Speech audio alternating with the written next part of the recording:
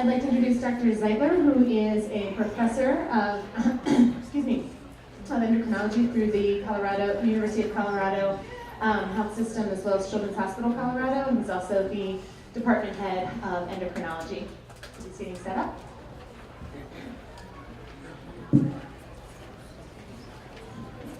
Sorry, and he's going to talk to us about endocrine issues after hemispherectomy.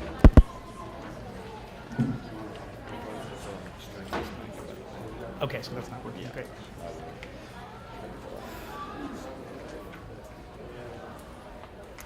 Is this the laser pointer? Yeah, it is. We're getting there, guys. Who's hungry?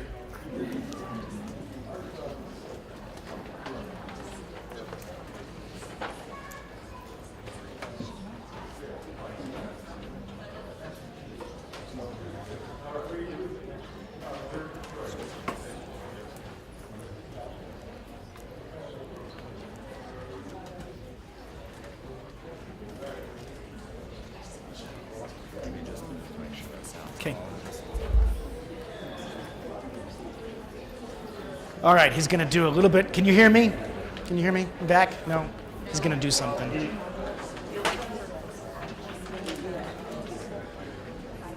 Okay, that sounds better, right? You can hear me in the back now? Great. All right. So I was asked to talk about neuroendocrine challenges following hemispherectomy. But I want to start by saying that I was actually unable to find any published information on the prevalence of endocrine problems following hemispherectomy, except for a few single case studies.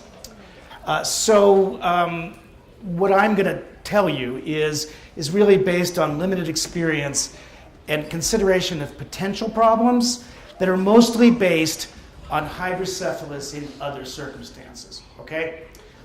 So why is this even an issue? So you've seen this picture of the brain before, this little cartoon, and what I want to focus on is this area right here. This is the hypothalamus and pituitary. This is blown up here, and you can see that this is sitting at the base of the brain, and it is potentially subject to damage related to increased pressure. The hypothalamus contains a variety of neurons that are responsible for regulation of the release of hormones from the pituitary. People often say the pituitary is the master gland. It's actually not true. The pituitary is just a warehouse. And the real brains of the operation resides in the hypothalamus. And this is connected to the pituitary through a stalk.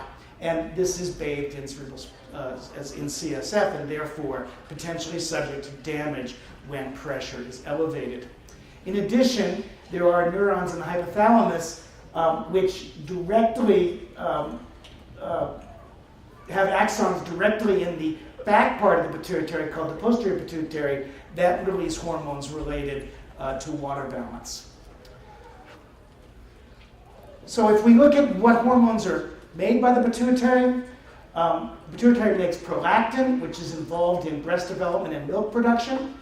It makes growth hormone, which acts both directly and through the liver, producing local growth factors that promote lengthening of bone, as well as development of soft tissues, leading to overall growth. The pituitary also makes a hormone called thyroid stimulating hormone, which regulates production of thyroid hormone in the thyroid gland, which produces T4 mostly. This goes to many tissues and is involved in intermediary metabolism. Anterior pituitary also makes a hormone called ACTH, it's too long to worry about, that regulates the release of cortisol, which is a stress hormone, from the adrenal cortex. And we'll talk about some of those. In addition, the posterior pituitary, these axons that are coming directly from the hypothalamus, releases a hormone called vasopressin, which is very important in regulation of water at the kidney. So what are the potential endocrine effects of neurosurgical intervention and/or hydrocephalus?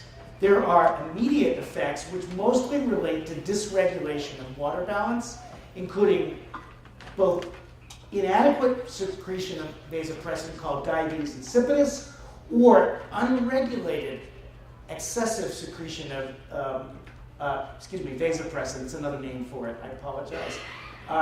Inappropriate vasopressin excretion.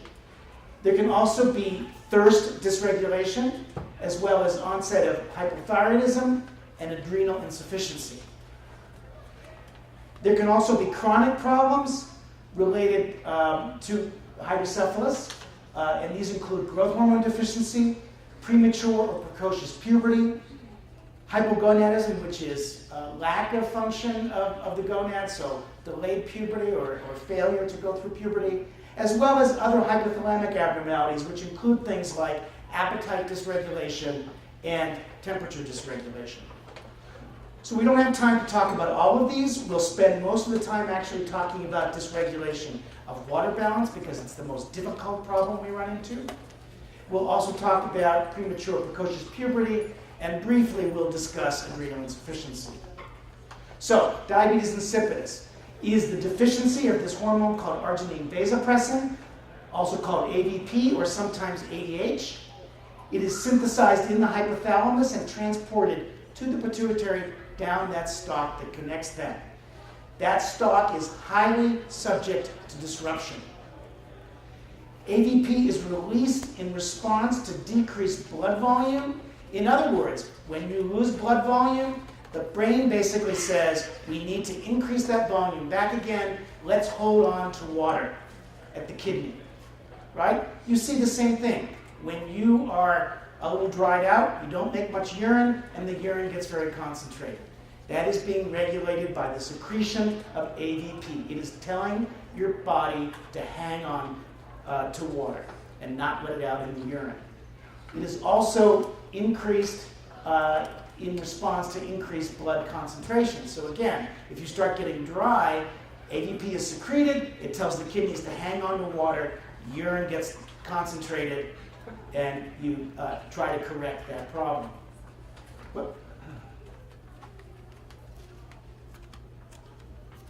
Okay, it's confusing the way it looks up here.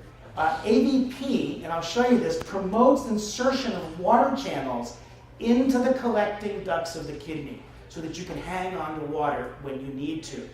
And it also increases thirst, which makes sense, right? If you are lost your blood volume, you're getting dehydrated, you want to both hang on to water and drink more. Endocrinology is completely rational. Okay, so here's a quick cartoon of a kidney collecting system. So you have blood flows in here. Basically, this filters, fluid is pushed out of the glomerulus. It then goes through this tract in which the kidney basically starts to take back stuff that it needs. It takes back sodium, it takes back proteins, it starts to take back things that it needs. In the final part of this, right before going into towards the bladder, water is collected. And this is regulated by AVP. And what AVP does is it binds to receptors on the kidney cell that causes placement of these water channels into the membrane so that water can now flow through that cell and back into the bloodstream. And in the absence of that channel, water really doesn't get collected. So you will, if you don't have AVP, you will just pee out lots of water. AVP allows the kidney to collect that water and put it back into the bloodstream. So, it's all rational. What does inadequate amounts of AVP look like? Excessive urinating, can't hang on to water. There's excessive thirst due to the loss of volume. However, serum sodium, which is a sign of decreased volume that we can use, is usually normal to only mildly elevated as long as there is free access to water. The patient will try to keep up, the kid will try to keep up with that water loss by drinking and drinking and drinking. The problem arises if there's disruption of access to water, and then you can get moderate to severe elevations representing moderate to severe dehydration if inadequate fluid is provided, right? You have a bucket, you have a hole coming out the bottom. If you're not pouring it in the top fast enough, then the bucket will decrease, you will become increasingly dehydrated. Does that all make sense? So that's basically what AVP does. So after neurosurgery or hydrocephalus, water regulation requires careful observation of urine output. It's unpredictable. And you can't necessarily do this based on blood tests because, again, as long as there is adequate access to water, the kid will keep their labs pretty much normal. The water regulation also may be variable and changeable over time and therefore requires ongoing reassessment. Immediately after surgery, there is risk for postoperative triple response that I'll tell you about. And chronically, there can be changes in both water balance in the AVP excretion as well as thirst regulation. And I'll come back to both of those. So immediately after surgery, you may get immediate diabetes insipidus. There's no AVP being secreted. Water is being lost extensively. It may last 24 to 48 hours and then resolve, or it may turn into excessive secretion of vasopressin and the body holding on to water avidly, even inappropriately. Or the diabetes insipidus may be permanent. It will look like increased urine output with a rising serum sodium with dilute urine. And treatment initially is increased fluid, but this can be limited by the onset of hyperglycemia due to the use of sugar-containing fluids, as well as nursing problems with the amount of fluid that is having to go in the IV and is coming out through the urinary catheter in the post-surgical setting.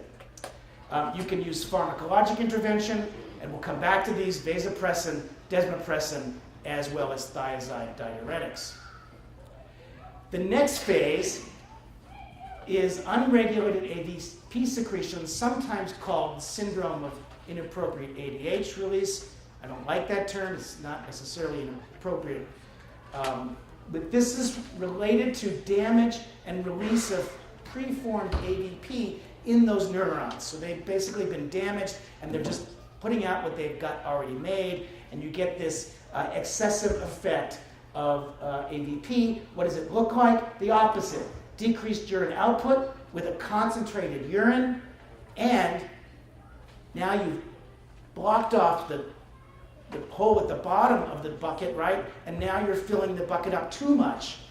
And what that will look like is falling serum sodium, reflecting dilution of the blood.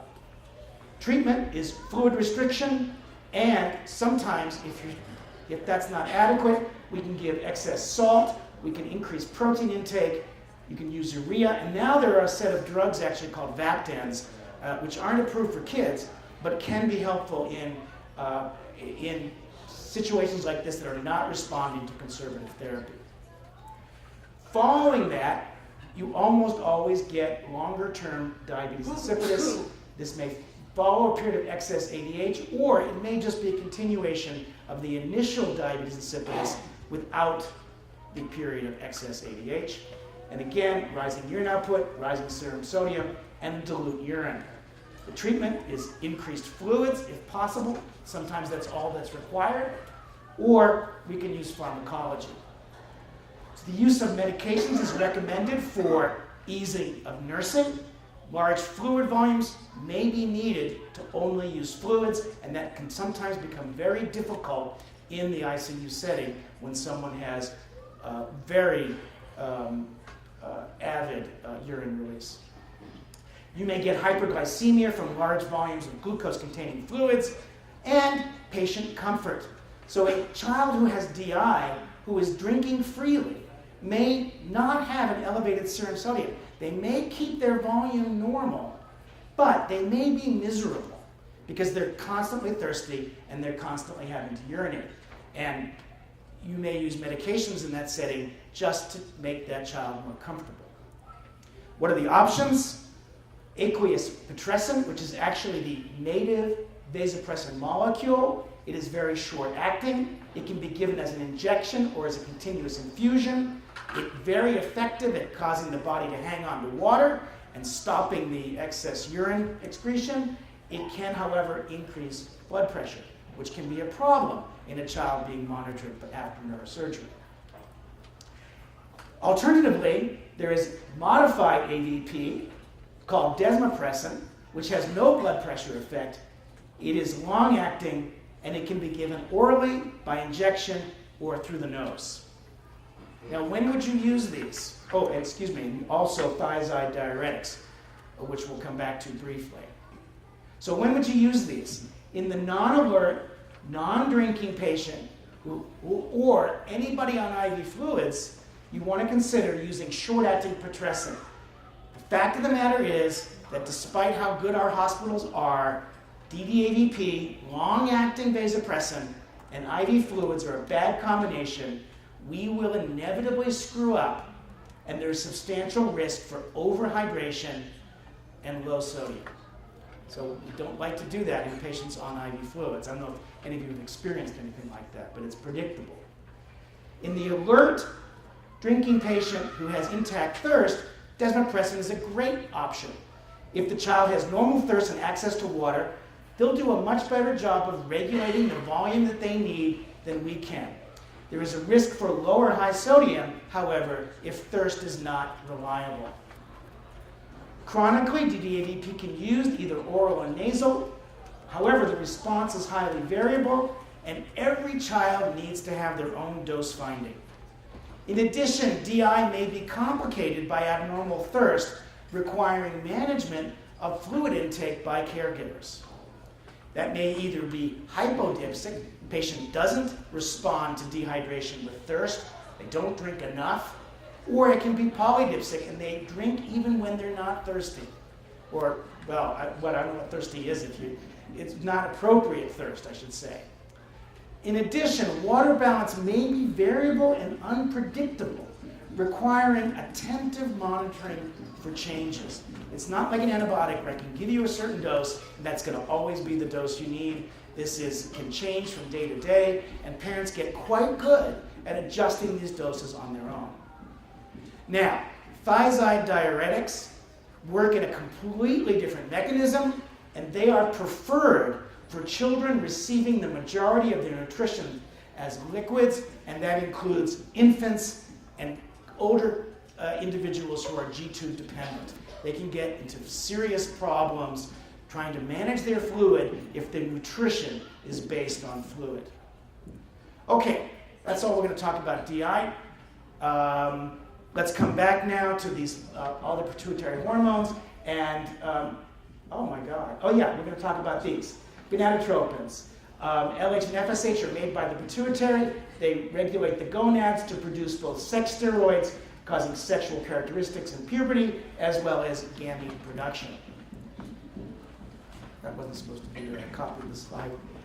So what kind of puberty problems can you get? Well, you can get damage to the pituitary so that you do not have appropriate secretion of LH and FSH, and this will lead to what we call secondary hypogonadism that will manifest as delayed or arrested puberty, or in older individuals, girls, you may see menstrual irregularities occurring either right away at the time of puberty or later onset as the system fails to continue to regulate properly. More commonly, however, what you see is premature activation of puberty. And this occurs in all central nervous system disorders, not just hydrocephalus. This is a very common problem in central nervous system disorders. It's not well understood. It's thought to represent loss of inhibition from upper centers that are keeping the system from activating, and you lose those and puberty activates. So you see either premature or precocious puberty, or puberty that starts on time but progresses very rapidly. So there can be dysregulation. So what's the treatment? Early puberty. Why do we care? For two reasons. One, there's a risk for a loss of adult height potential. You should go through puberty at 6. have your growth spurt, but you're starting at a very small size, and you may end up substantially smaller than expected. So you want to carefully monitor for loss of adult height potential. And in addition, if the child is going through puberty early, you at that point need to be sure they don't also have deficiency in other hormones like growth hormone that are responsible for growth, because that's your window is closing for addressing any other deficiencies that involved. And we'll come back to that briefly. The treatment for this is GnRH agonist therapy. You may have heard of drugs called Lupron or Suprelin, and I think that's spelled wrong. And this is generally used either to save height or for emotional indications. In other words, the child is 6 years old or older and developmentally delayed, and the consensus is that that child is not prepared to go through puberty, or perhaps the family's not prepared for the child to go through puberty. And that's a perfectly good indication for the use of these medications. They're very safe, they're very effective, and they are reversible when they're stopped. Treatment for delayed puberty includes estrogen and testosterone replacement therapy. Sometimes families are hesitant to do this. Why? If I don't have to have puberty, why should I? The reason is that you actually need estrogen and testosterone for muscle and bone development in adulthood, in addition to all the other aspects of becoming an adult. And finally, hypothalamus regulates the adrenal, again, producing factors that stimulate release of ACTH and cortisol production from the adrenal gland. And the adrenal gland is, cortisol is very important for maintaining glucose and energy availability at times of stress. And so in the absence of cortisol production at times of physiological stress, you can develop serious problems related to failure of the metabolism to adjust, to adapt to the situation. Prevalence of adrenal insufficiency following hemispherectomy is unknown. I could not find it, but is increased clearly with other causes of hydrocephalus. The symptoms acutely are low blood pressure, low blood sugar, potentially progressing to out-and-out shock, which can be difficult to fix in the absence of cortisol replacement, or chronically can be hard to diagnose, reduced energy, reduced appetite, low stamina, and low blood sugar. It can be challenging to diagnose and requires consultation with endocrinologists. It is, however, easy to treat with replacement hydrocortisone as a pill.